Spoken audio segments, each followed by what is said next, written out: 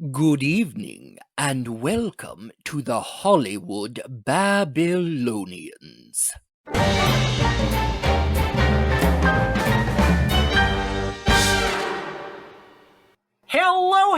Hello, friends. This is your happy Hollywood history host, Mr. Ben Burke, back here with another episode of the Hollywood Babylonians, your favorite classic film and Hollywood history podcast in which we talk about the greatest classic films of old Hollywood and the history behind them.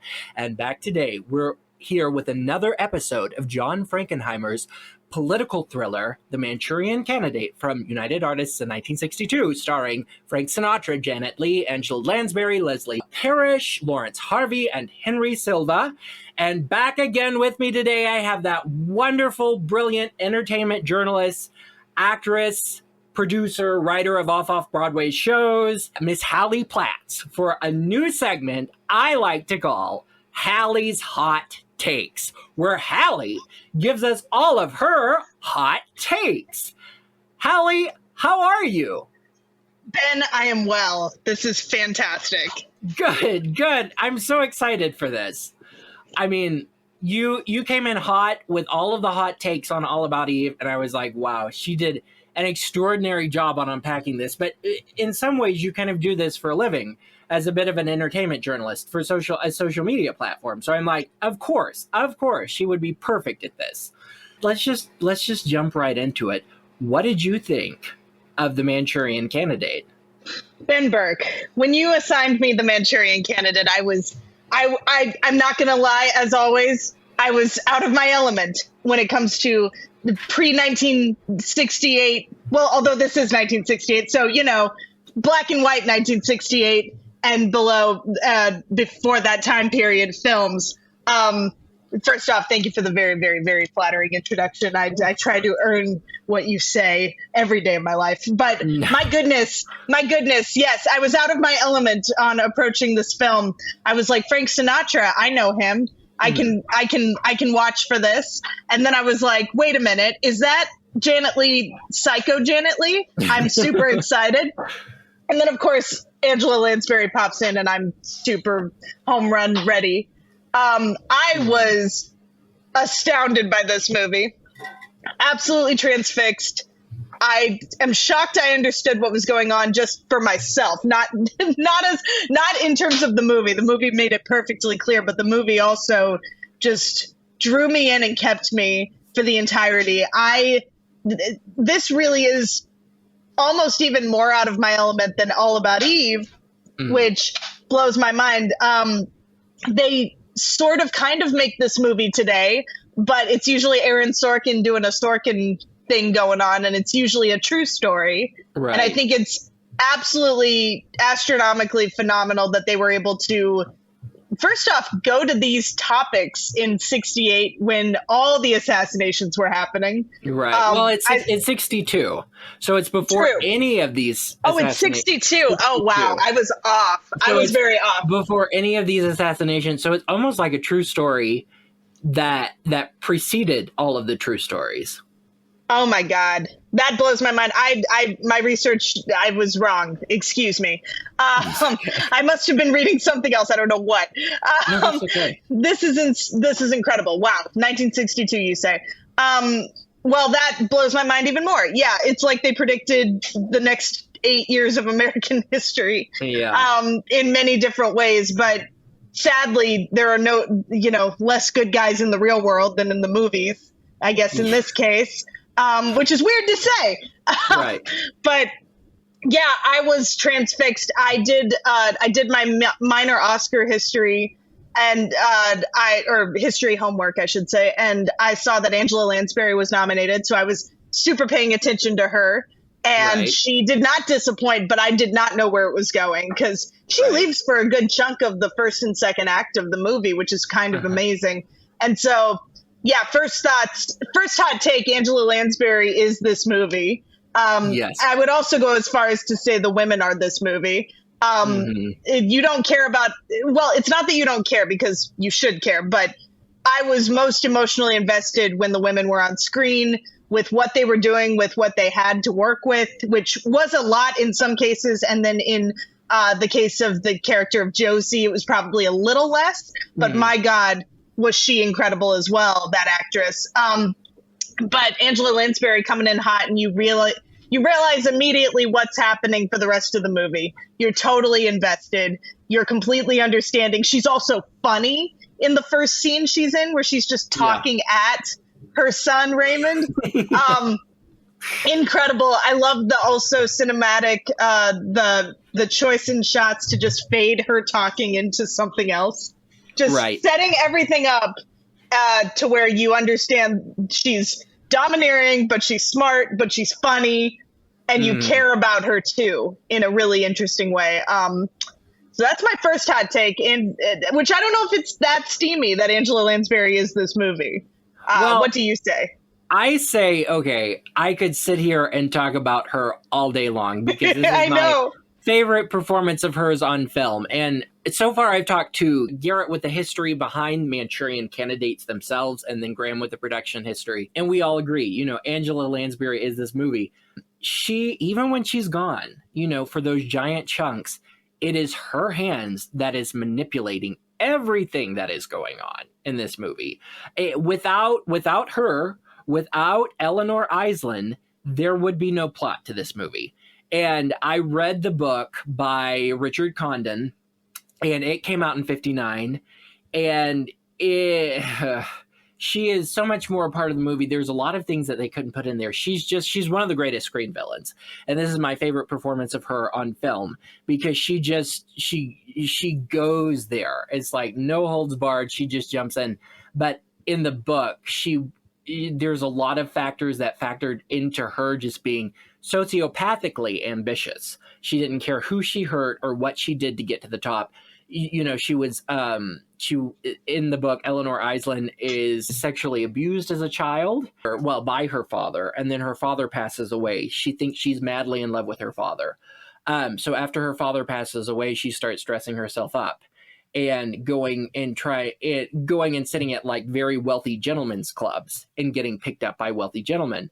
And she gets pregnant by one of them, and they have to marry her. And I think that's Raymond's father, but like at 16 or 17, you know? And so it just starts from there. And a lot of it is the drive that she thinks she's madly in love with her father, not father-daughter stance, but, you know, man and his mistress, because his father sexually abuses her when she's so young, like 8 or 9 years old.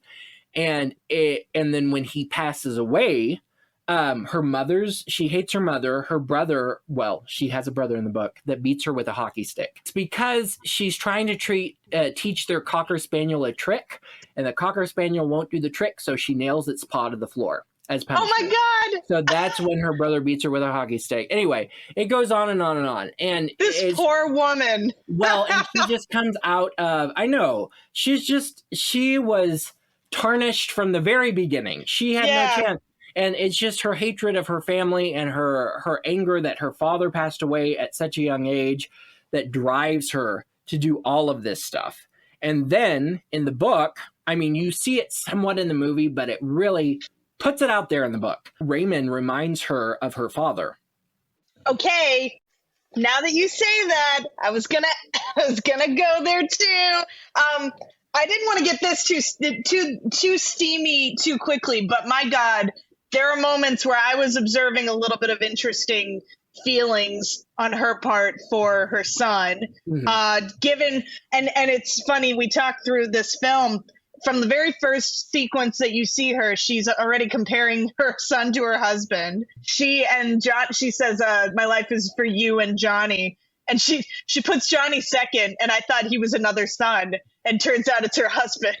And I was like, oh, interesting. Okay, that's interesting. Later on, when she kisses him on the mouth, I was very intrigued by that choice. Very intrigued. My God, that was an interesting moment. I was set up enough by the film to expect something weird, but not distracted by it, which I really appreciate. Now, that being said, this book, good God, this is a very fascinating character. She reminded me a lot of Nurse Ratched for very different reasons than Nurse Ratched, but she kind of, I mean, my goodness, she's talk about the greatest screen villains of all time. I don't think this role is given enough credit for probably beginning the trend of, Kathy Bates in Misery, Nurse Ratched, Right. every, every Ryan Murphy trope of woman gone crazy who's just angry. But I'm here for that. By the way, that trope, I'm kind of kidding, but I actually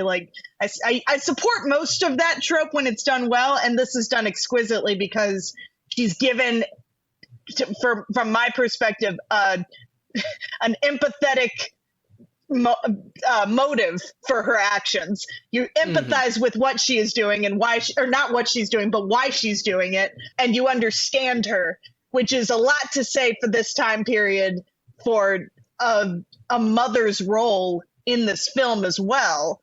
She's given a lot to work with, and she's not even in the first, the second half of the first act and most of Act 2. Yeah. And that's quite extraordinary, I gotta say. So that makes a lot of sense what you're saying about this this character. Well, and how she's treated.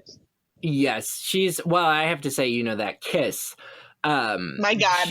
In the book, after she kisses him, then it says in the book, she looks in his face and she's like, he looks just like my father. And so then she lets him in sexually. Yes. That's crazy. I know. Well, they do have sex. And anyway, what? Raymond. Yes. Wow. Raymond talks about it. After it happens, he starts to talk to Marco about it when Marco has him hypnotized again. And he's kind of traumatized. He was like, I think I had sex with my mother. And Frank Sinatra's just like, okay. Yes. Anyway. Yeah. Anyway. I did not hear that. Let's move on. Well, and another thing I wanted to talk about was that Angela Lansbury's character, she's not driven by any political leaning, even though what she's doing has a severe political leaning, which we can see, but it's not based in any kind of political leaning. It's based on her wanting power and her wanting it through the only way she knows how, which is extreme fear mongering. You can tell that Johnny Iceland is a reflection of McCarthy. And and he was. And he didn't even know it. Johnny Iceland's just Eleanor Iceland's puppet. Which, hot take number 2, this movie only works if he doesn't know what's going on, in a way. I think this movie only holds up if he doesn't know what's going on.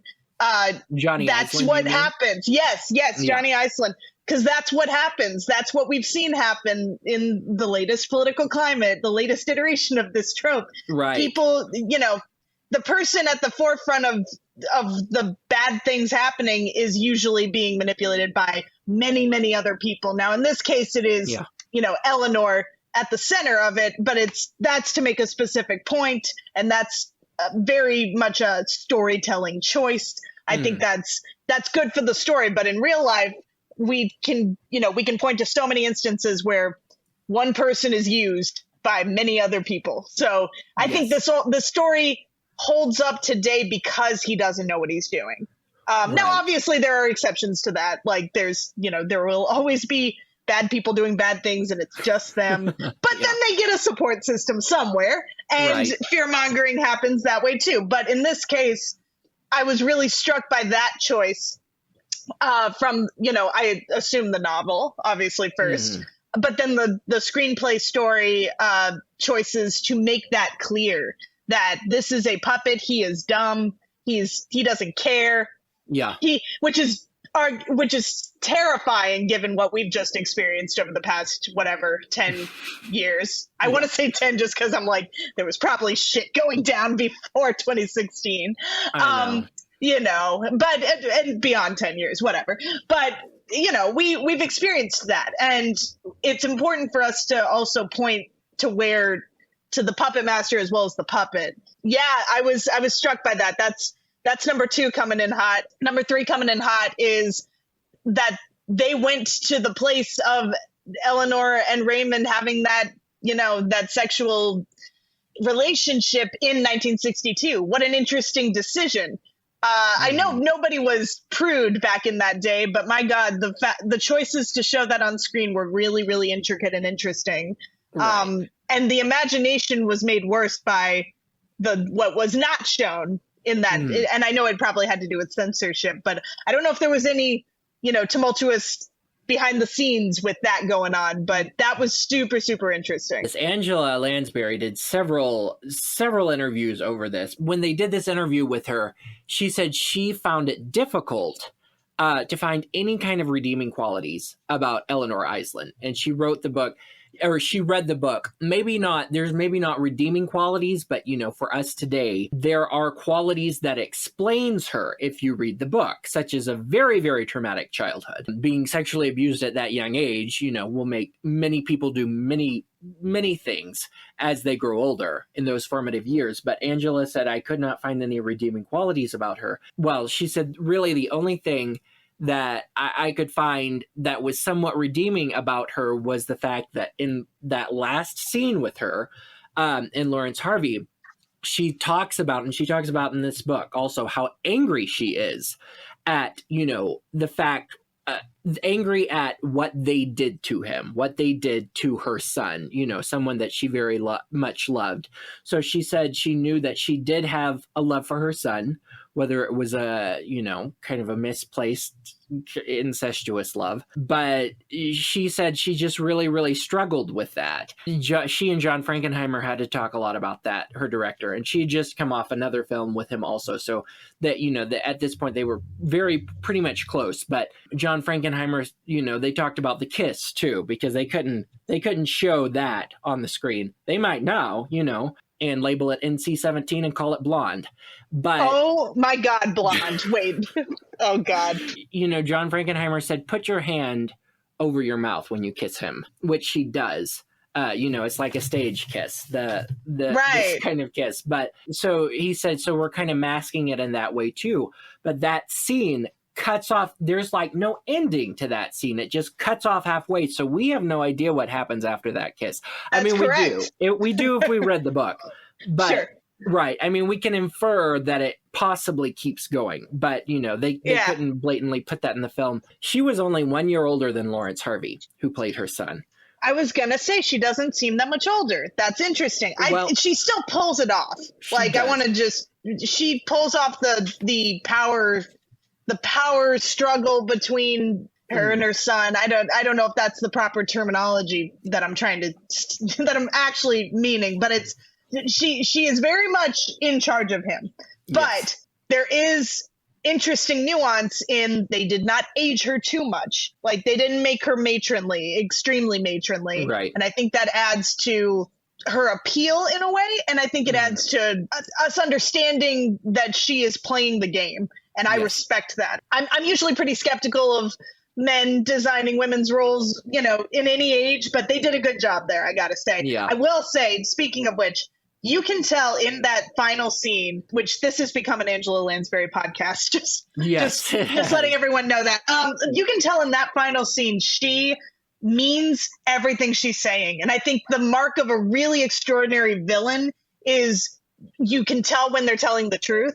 And you can tell when they're lying, not in a way that's like, I can read them the whole time, but in a way that when they're telling the truth, you really do believe them, because that makes them dangerous. And she absolutely means what she says, that she loves her son. She's so upset they chose him. Of course they chose him in the patriarchy and the system she was working in. Yeah. That's classic systematic revenge that they can inflict on her, no matter how good she does them. Like that's just textbook, but you see her torment over it. You see her absolute shattering, her shattered, just any heart she had, it was shattered. And Angela Lansbury just had to sell that for you to care. It beyond that moment, especially because that's near the end of the film, and she's asked him to do the terrible deed that he's assigned to do, and then you suddenly care for her even more than maybe you did when she was funny or when she was, interesting or whatever.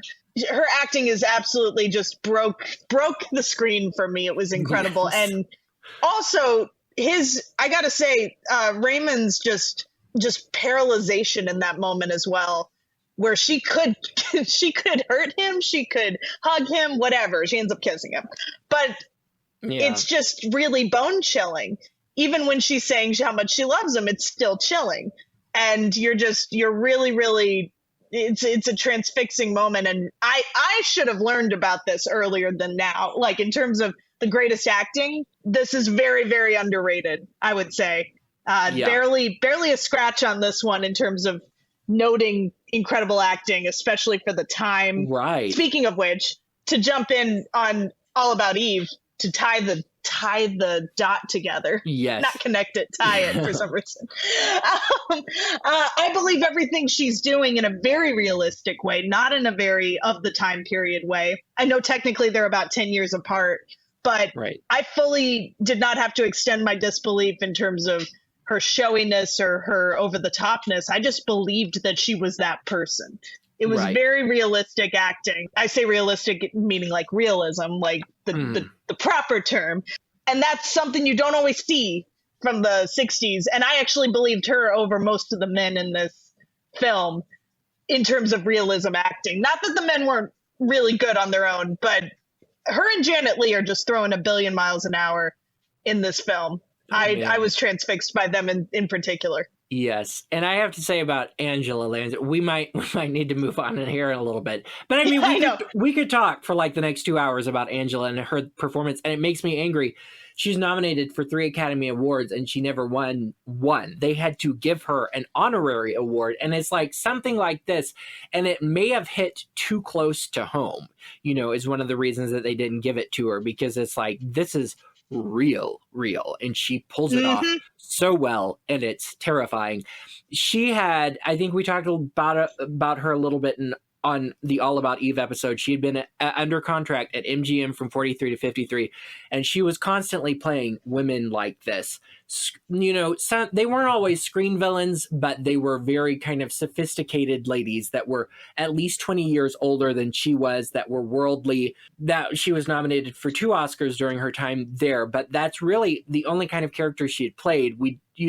People didn't realize, she can be a sweetheart too, until, Mrs. Potts and Jessica Fletcher. She said, as at her time under contract at MGM, because she was in a lot of big movies during that time, never as the lead, but always as a supporting character. She said she would be in Washington, D.C. to promote a film or something, and she would go to the houses of these senators, and she'd have dinner, and they'd show the film, and they'd promote it.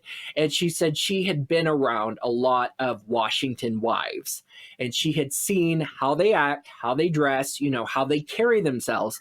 And she said they didn't have to do anything with makeup, because, she had watched them so much that it was all in her mannerisms, how she carried herself, how she was in control of everything. And I mean, you could watch Angela Lansbury and she could be any age, just honestly and really, because she just, absolutely. Yeah, she disappears into any character she's playing like that. But yes. And I wanted to absolutely ask, Lawrence Harvey, who plays Raymond. Have you ever seen him in anything before? I don't think I have. He very much reminded me kind of Gregory Peck, younger Gregory Peck, I suppose. So you had a crush on him? This was filmed. I had a big crush on Gregory Peck. Yeah. We're going to keep bringing that up. But did you have a crush on Lawrence Harvey? Raymond, you know what? I didn't at first. I was more into Frank Sinatra, not going to lie. Hot take number 3. I was into Frank Sinatra more than Raymond. What's the actor's name again? Lawrence Harvey. Lawrence. Yes. Lawrence Harvey. Thank you. I was more into Frank Sinatra than Lawrence Harvey upon first watching. But as I continued, I started to see a little bit of Gregory Peck vibes in Lawrence, and I was like, okay, now I think I'm switching a little bit. But I was extremely, extremely invested in him and Josie. Yeah. That relationship in very few scenes is done exquisitely. And it was not what I thought was going to happen. I thought Josie was going to be what Angela Lansbury ended up being. Yeah. I thought Josie was going to be a lot like just the classic foil of Raymond, but in the evil way. She was going to become just like Angela Lansbury, and the cycle would continue forever and ever. But that's not at all what ended up happening. She and Janet Leigh. So next hot take, whatever number we're at. Janet Leigh and Josie are extraordinary and are number 2 to Angela Lansbury in my mind. And I'm not just saying that because they're the other women in the film. I think what they are able to do with a whole lot of exposition, first off, which is not a bad thing. It's just the nature of, the parts they had to play. But Right. what they were able to do with a whole lot of exposition, a whole lot of just out of sync scenes, because you had to see a whole lot happen timing wise, and the relationships building and different moments of that. It's very kitchen sink. And I really like that it's a lot of just vignettes of their time falling in love with these two gentlemen. But the other two gentlemen have to be on the more stoic side, because they're military men, and because they're fighting kind of this, not only the system of patriarchy, but the system of toxic masculinity, this system of I'm a cog in a machine and I have to perform at that. I can't have control of my destiny. I can't have control of my job. I can't have control of my own brain and body. Right. A very interesting topic. For 1962 as well as today. But yeah, that they have to be stoic and pretty reserved and pretty cold and internal. And the women have to show that the women almost have to embody what they want, and not even femininity. It doesn't even matter about that necessarily. I mean, it does matter in a larger conversation, but not in the movie. I think really the women are just safety, joy at all, security, a hope for a life after the military, which is often, that's often a very appropriate theme for military stories. But they also had to be interesting enough where the audience understands that they provide all of that. They had to make something out of not a lot given. They had to make an idea, a person. And what Janet Leigh and Josie, and I'm sorry, you probably know Josie's real name. Yes, Leslie. But Leslie you Parrish. do. Leslie. Thank you, Leslie Parrish. Leslie Parrish and Janet Leigh, what they're able to do is they make all the lines that shouldn't be funny fun and humorous and full of just a willingness to be a vibrancy of life. Like you want to be around them constantly. They make the scene fun when it shouldn't be fun. Janet Leigh and Frank Sinatra's train scene, I think, is my second favorite scene. And I think I'm going to blow your mind with what my first favorite scene is, because it's not even really a scene. But my second favorite scene is that train scene, because literally Janet Leigh is just giving her address, and you have to believe that this woman is trustworthy, kind, interesting, and fun to be around. Otherwise, the whole thing doesn't work. She is so dynamic, and she's got so much to work with, because she has a very low voice, but a very ultra feminine look. And I'm sure that was probably the bane of her existence for most of her career. I hope her life was easier than that. But the whole time I was just thinking, oh my God, were people just constantly being like, you are not castable because you have a deep voice? Real fast, I think about that. Like, Yes. we talk about like Anne Baxter and All About Eve and like Betty Davis and stuff like that. Those women that looked very feminine were very gorgeous. John Frankenheimer said he thought that Janet Leigh was the most beautiful woman on screen ever, the director. The fact that they had a lower voice, I think, got men to take them seriously. Whether it was on screen or behind the scenes. And you look at somebody like Marilyn, who we talked about last time, nobody ever took her seriously, because she talked like she was this air-headed, Go ahead. I was just going to say they're lower register. No. Probably. That actually makes sense. Okay, that's interesting. Wow, the times have swapped. Interestingly, it's just what's castable with women throughout history is fascinating, because it changes constantly. And so, no, I'm semi-happy to hear that for Janet's sake and for the women in All About Eve's sake. But I guess what struck me was she's ultra feminine, but her deep voice makes her almost more layered. And the fact that she can lean into that is really kind of interesting. But the director's not wrong. She is stunning to look at. But I was also struck with her relatability. She's not afraid to be relatable. And I guess she's allowed to do that in this case. But I think it's also a brave choice that she's relatable, because she could easily be these two women, Josie included, who her voice is a little higher. I'm now taking that into consideration as I'm talking about her, but it's all coming back together. But no, the thing about Josie and Janet Leigh is they are both they are both completely able to be taken seriously. They demand to be taken seriously in this film.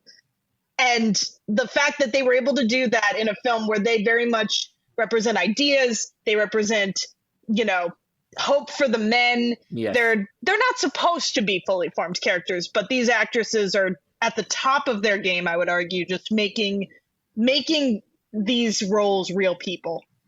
Janet Leigh on the train is a real woman. I did not for one second think she was just this angel, showing up for this guy, even though the movie almost wanted me to think that. She's really just an interesting, down-to-earth chick who you could meet on any train or in any subway station in our case currently. Just like the chick who's talking right now. Oh my gosh. My goodness. Thank you so much. But Janet, I could never. But she's allowed to be a little complicated when she breaks up with her fiance, which I was a little bit like, okay, girl, that's unrealistic. You're a brash lady, but I loved it for the sake of the film. And it's going to work out between them in this film. For some reason, that gut feeling was there. I loved it. I loved that they then allowed her to be a little problematic and complicated. She just hangs up that ring and leaves her fiance in 5 minutes. And she does so in her acting choices in telling Frank Sinatra that she has done so is interesting because she's just down to earth about it. She lets herself be, a problem. She lets herself be a person that did a bad thing. And luckily, they find each other. I think it's a way to almost lower herself to, I don't know, a man who's come back from war, having done many wrong things. So that was actually really lovely. And I was very taken with her. Now, my favorite scene, so hot take under another hot take, I suppose. My favorite scene is Josie and Raymond in bed together, just that tiny scene where you know that they have just consummated their love after so many years and they are reunited and it's beautiful, but you just get that they're in love and you understand the magnitude of what he's gonna lose and what he, worked so hard to get, and that he's not, he did a lot of bad things, but this is where his heart is. You care about him even more, I argue, after this very late, tiny scene. Right. And you care about Josie, not just as his love interest, but you get the sense that she loves him so much and you're invested in her too. And that just tiny scene just had my heart fluttering and kind of blew my mind on a camera level, because they just show their hands. They just show very simple. It's just simple semi-close-ups of both of them and then their hands. And that's all you need to just be won over by them. That scene really stunned me. Well, and we have the production code to thank for that, because in the book, there is so much sex in the book. I believe it. From a novel from 1959, too. And it's like, okay, did people have sex in the 50s? I guess so. But I guess they did. Back to the Future taught me that. Yeah. They had a lot of sex. Also, the baby boomer generation taught me that. There were a lot of children. Yes. The stork wasn't overworked. It was other parts of the body that were overworked. But correct. Because the production code was still kind of puttering along, by 1968, it had completely gone underwater because there had been just too many filmmakers that were challenging it, and that gave birth to the Motion Picture Association of America, which started ladling out ratings to different films. But because of the production code, John Frankenheimer said he knew that he had to show that they consummated this relationship, because it talks about it in the book, and also consummating a relationship for Raymond is a big deal in the book, which I can go back and talk about in just a second. It's a big deal for that character in general. He said he could not show them lying in bed together. So all he could do was show Lawrence Harvey's face, Leslie Parrish's face, and their hands. And he said he was like, I was upset that I had to shoot it like that, but then when we cut it together, I was like, this is weirdly perfect. It's chef's kiss perfect. You can't even, I haven't seen recent films that have hit me with that level of intimacy and that level of just, you get everything. It's simple and perfect and you get everything. And, my imagination was not running wild. It wasn't like I was like, oh, I imagine exactly what's happening. Like Right. I just, you don't have to. And, going into stuff, including modern movies like Blonde, I was really, people today just think they need to show everything or show a lot. And you really don't. And even if they can figure that out in 1962, they can figure that out now. The closest thing I will say in modern day films that I've seen that really hit me in the same way. Have you seen the movie Sleeping with Other People? It's a rom-com. No, It's I got haven't. Allison Brie. Okay, I would love you to watch this and tell me your thoughts. I will. That's not homework. That's just me being excited. Yes. Allison Brie and Jason Sudeikis are the two leads, and basically there's just a very long scene where they just are in bed, laying in bed and talking. And it's just this moment where they confess their love. It's like the pinnacle of the moment. And the idea is they're both very slutty on their, in other relationships, but with each other, they're like, this, I'm going to choose to be chaste with you, which of course means they're going to be together. But, but it's an interesting, I forgot the term, but it's bird's eye view shot, I suppose, of them in bed. And it's just a long one shot of them just talking, and it's just really stunning and intimate and heartbreaking in a weird way. And you become invested in them and their relationship arguably just as long into the movie as this was. So anyway, fascinating. And it's just, you don't need much in these certain situations. Like when you're really just trying to get the crux of an intimate relationship, you do not need a lot. So I'm really happy for the director, though, because it is so frustrating to work with that kind of limitations. I was thinking to myself, is this pre-Munsters? And I guess it was, because Munsters were the first couple in bed together, technically, on TV. I don't know about in movies. I didn't even think about that. No, I mean, this is right around the same time as the Munsters. Oh, amazing. Yes. And I mean, I don't know if, wow, that's a very interesting topic to look into. Like, did they let them sleep in bed together because they're both technically corpses? I don't know. I think they did. I think it was that. I think it's because they're monsters. I think it's so insanely that I think that's exactly what happened. I think about it all the time because it's such a weird fact. That the Munsters were the first TV couple in bed together. Not even Lucy and Desi, obviously, because we rewatch all of those, and they're in little twin beds, and which is Rob hilarious. And Laura to me. Petrie on Dick Van Dyke, and Brady Bunch in '68. They were in bed together, Mike and Carol. But yes, they were. Yes, they were. You are right. Later. So anyway. Okay, awesome. And yeah, that's an amazing scene.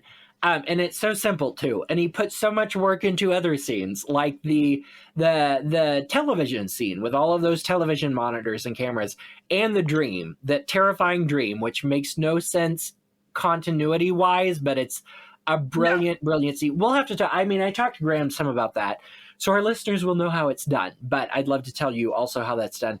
Little about Janet Leigh you were talking about. She plays this character so well. It's so interesting to hear you, a woman, talk about it, because when I talked to Garrett and I talked to Graham, two white straight men, they were like, so the only reason Janet Leigh's there is to provide a love interest to Frank Sinatra. And I was like, there is so much more to her.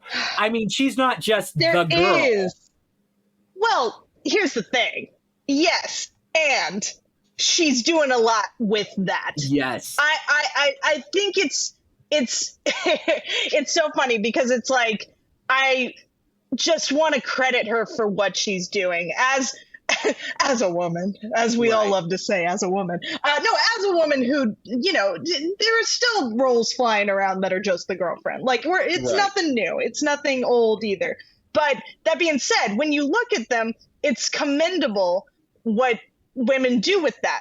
If the role is that kind of, it's a very, very, very normal thing and very familiar thing for female actresses to be handed a role like that. So the role, I could talk all day about how that's, the function of the role. But I think it's way more interesting to talk about her choices and because maybe it's just, I don't know. Maybe it's just me being a little too familiar with it, but it's like I know when a woman is choosing something that isn't there.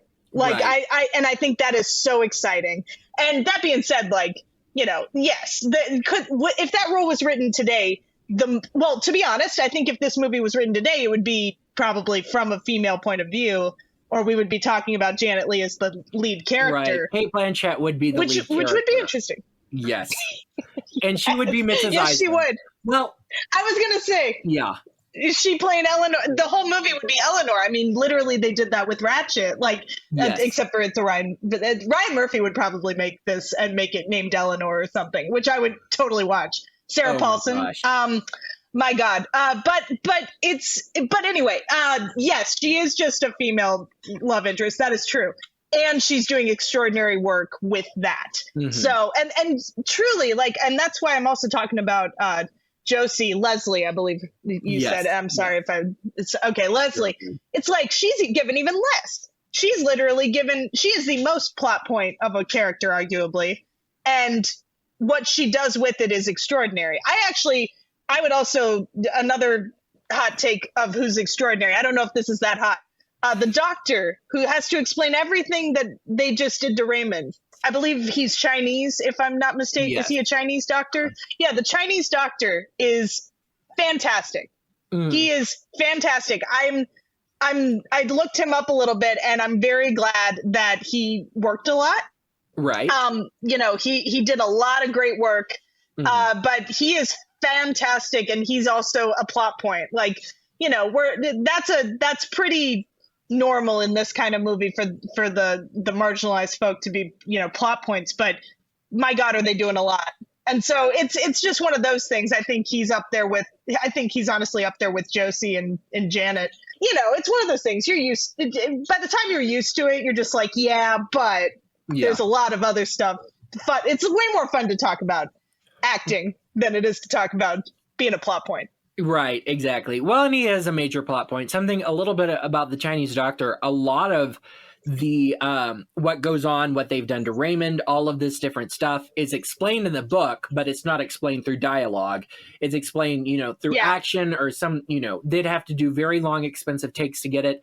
So the screenwriter, George Axelrod, had to come up with all of this dialogue for this Chinese doctor so he could explain what was going on. And he does it so perfectly well. You can tell, like, he's in some ways as evil as Eleanor, but he's also, he's a character that you feel for, that you like, but at the same time, it's like, but you're trying to bring down this entire system.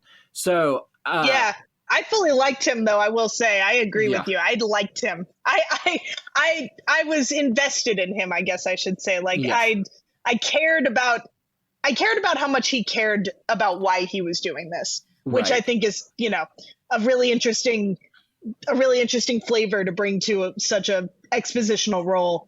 And it's really hard to do that. And I commend that actor. Okay, this gentleman's name is, and I'm probably going to mispronounce it, but I think it's Nai Day.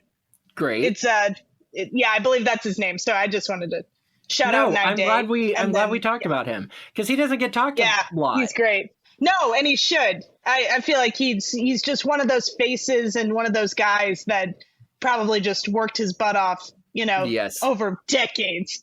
I mean, that's at least that with the minimal research I did, he worked for a long time. I was going to say because you're talking a lot about Leslie and Janet.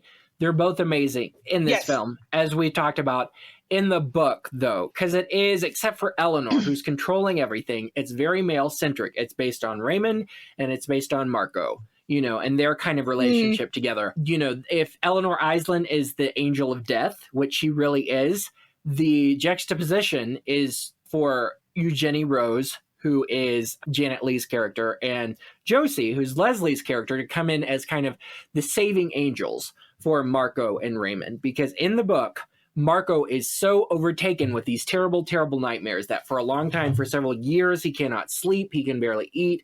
So by the time he meets Janet Leigh's character on the train, he's a total wreck. And it's even more dramatic on the train. And she's kind of like the saving angel that swoops in and saves him from himself and from this terrible, these terrible, terrible dreams. Also, her breaking up with her boyfriend in the book is used as a major plot point, because in the book, Marco keeps having these dreams. So he and Raymond talk about, I feel like your Medal of Honor is not, not real. None of this happened. And Raymond's always says in the book, he's like, of course I didn't get a real Medal of Honor. I don't care enough about anybody to get a Medal of Honor. So then Marco's character goes to the United States government and says, I'd like to court-martial myself so we can reinvestigate my report. He said, because I'm not sure if it completely happened. And then he's bribed by military general and Eleanor Iselin to keep silent. So he can't go that way. So what happens is he gets involved with Eugenie Rose's ex-fiance, who's a member of the FBI. So he sets up his own committee, an investigation through the FBI instead of the United States government. So that's another reason that she's in there, to provide the, and that's the group that eventually cracks it. Yes. Wow. Okay. Interesting. Yeah. That's nice. I'm glad they kind of didn't go there in the film for cleanliness sake, I suppose. But I'm glad she has that. There's a lot going on. That's cool. Too many things. Yeah, and that's part of the book is it's almost too many things going on. That's what makes it a brilliant book, is there's so many things in motion at one time. I also, speaking of another hot take, of the men in the movie, not to just talk about gender roles, by the way, because this movie is very interesting in its themes of corruption and classic autonomy. My God, autonomy as a theme in 1962 is fascinating, and I don't even mind that it's military centric in terms of what they had to talk about, as the Korean War is the forgotten war, the underappreciation that we still have for people who dedicate their lives, and the literal lack of help, beyond lack of help of healthcare, as just they don't mince words when it comes to that in this film, and I appreciate that. They're like, no one's helping me, and truly no one is, because in a way they've served their purpose, and now it's just about leaving them to do whatever with the scraps. That being said, speaking of which, Frank Sinatra in this movie, another hot take. I'm really not sure if he is doing the best acting I've ever seen, and that's a very hot take. But he sold me by the end. But the first two thirds of this movie, I was unsure if I thought he was doing a very captivating performance. And I'm not sure why. He is so reserved. And that might just be something I'm not used to seeing from that time period in terms of the early 60s. It's on credit Paul Newman with doing now.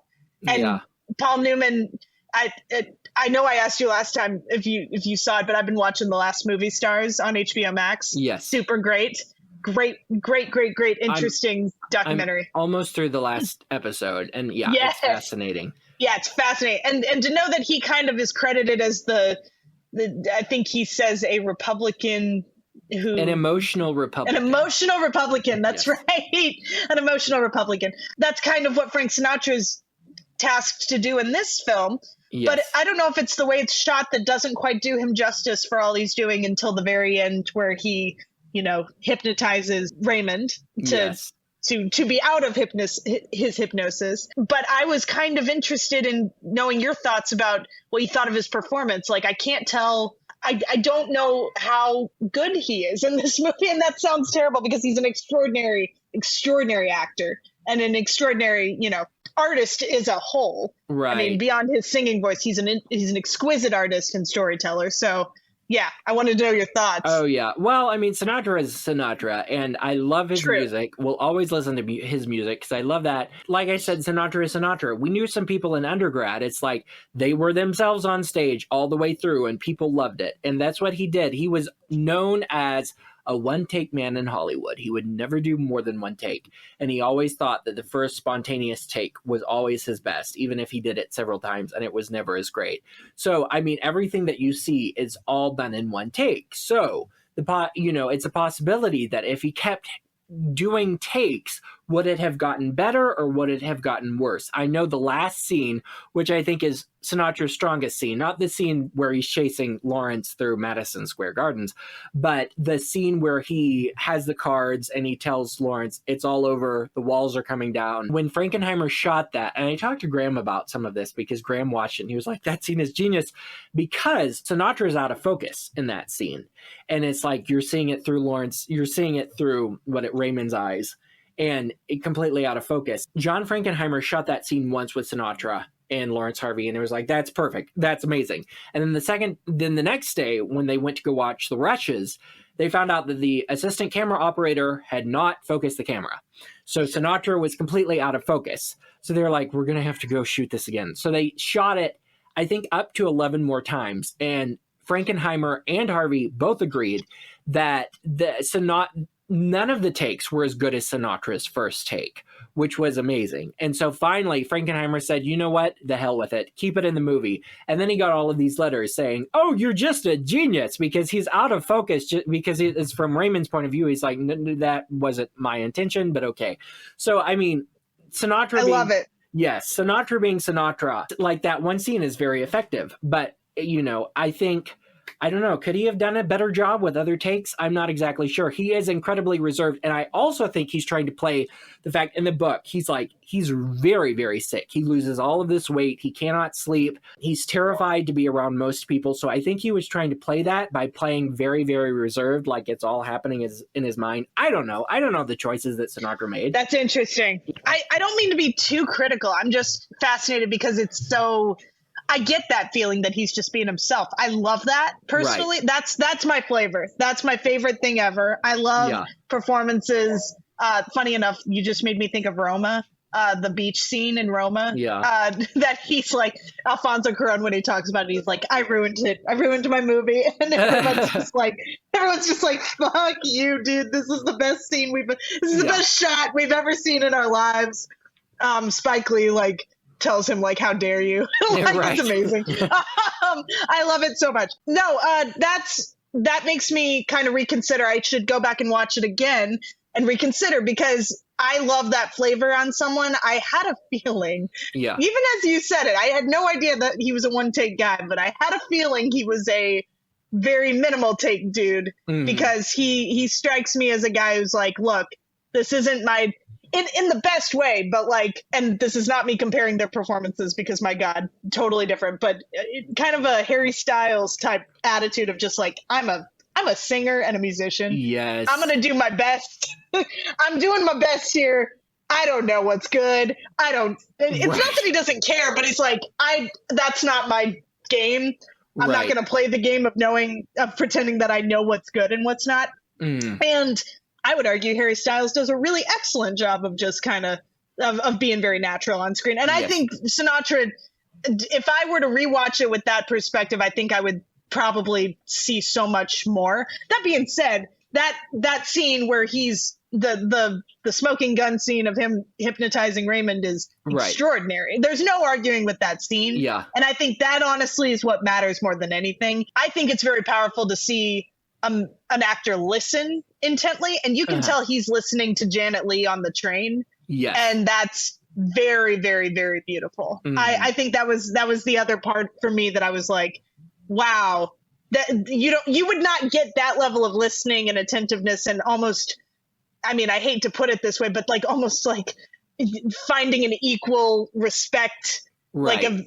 Finding your other half, but in an equality way. I don't think you would find that from a male actor in Hollywood who's got to do that scene with an actress in Hollywood at that time. I'm not saying there weren't respectful dudes. There probably were. There had to be. But I feel like he's doing the musician what a musician does, and he's listening, and he has to listen because he's got one take, I guess. That changes my mind about him. But I was very interested because yes, Sinatra is Sinatra. I completely agree. But it was I think also putting him up against Raymond, who is capital A acting. He's big, he's acting. Well, he's a Shakespearean trained actor, but he does it so beautifully. Exactly. The entire He does. Thing. No, he's great. But he's acting. I love watching hot take for any movie. I love watching an actor that went to some big conservatory, and an actor that you fully know is just doing his thing. Right. Favorite thing in the world. It's like a Reese's peanut butter cup. It's fantastic, but it's also hilarious because it's happening. Right. I'm trying to think of recent examples of such. I guess Harry Styles and Florence Pugh. I can't believe I just cited Don't Worry, Darling. Well, I was going to ask you if you'd seen that, but I mean... Oh, yes, I have. I've seen it, and I saw it with I have to sidebar. I saw this movie with a crowd of Harry Styler girl fans. Oh, my gosh. And there were many laughs. And that was one of my favorite movie-going experiences lately, because it was just like... There was not a dry seat in the house. Not at all. No seats were dry. It was damp in that theater, but it was also hilarious because another movie about, interestingly enough, about autonomy and gender roles. Not the Manchurian Candidate really is about that, but yeah, it was interesting to say the least what people took away from that movie. Yes, I was there for the movie. They were not. It was fascinating. Oh yeah, it was fascinating. Have you seen it?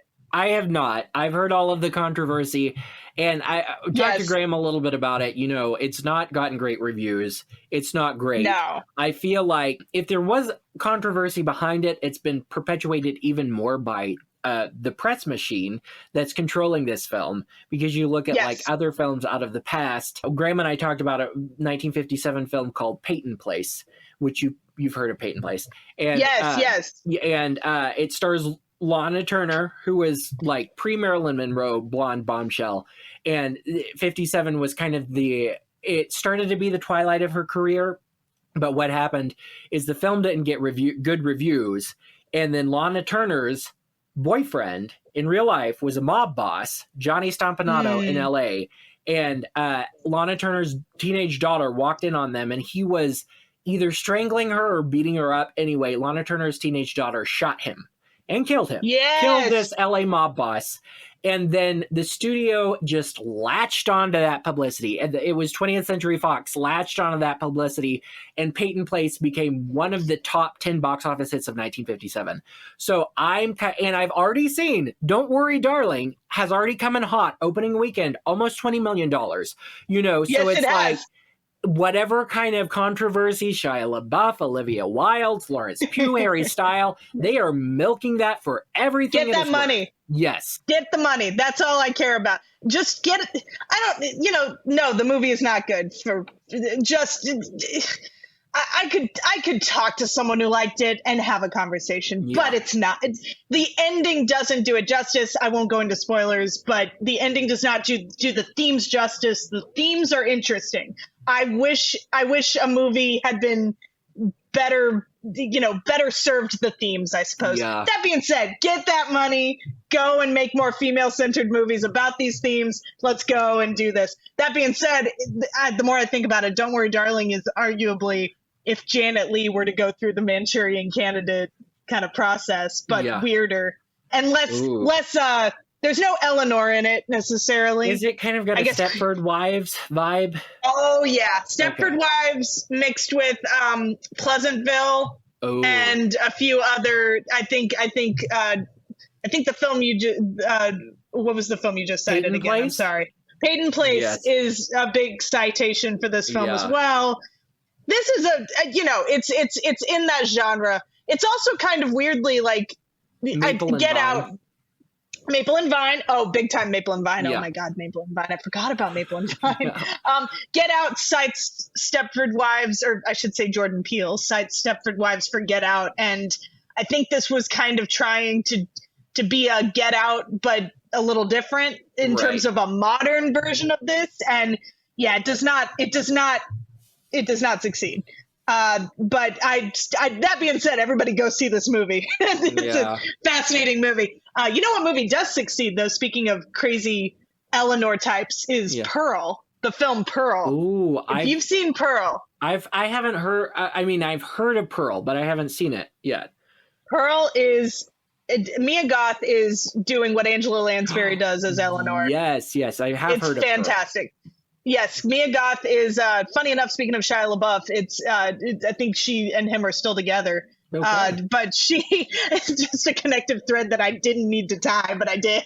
Yeah. But Mia Goth is a fascinating actress to watch out for in terms of, like, next big thing. I think she's Flo Pugh's level of acting, which is a high compliment from me because I love Flo Pugh. Oh, she's amazing.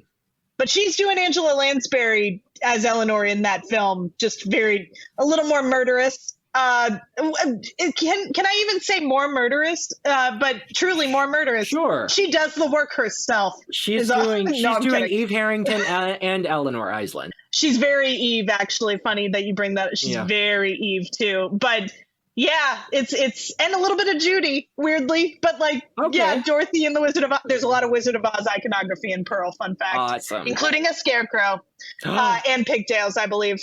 Oh my goodness. And riding on a bike, like the Wicked Witch. There's so much. Okay. Oh my goodness. This did not just become a Pearl podcast.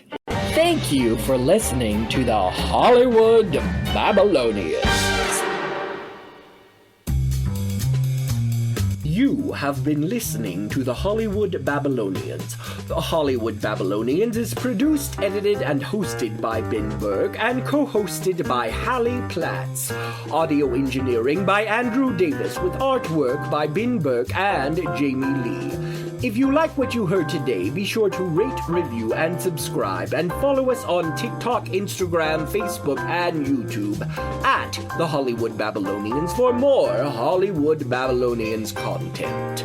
Tune in this Friday, January 20th, for part 2 of Hot Takes with Halley, as we continue to discuss John Frankenheimer's political thriller, The Manchurian Candidate, with entertainment journalist Halley Platts. Thank you for listening and have a good night.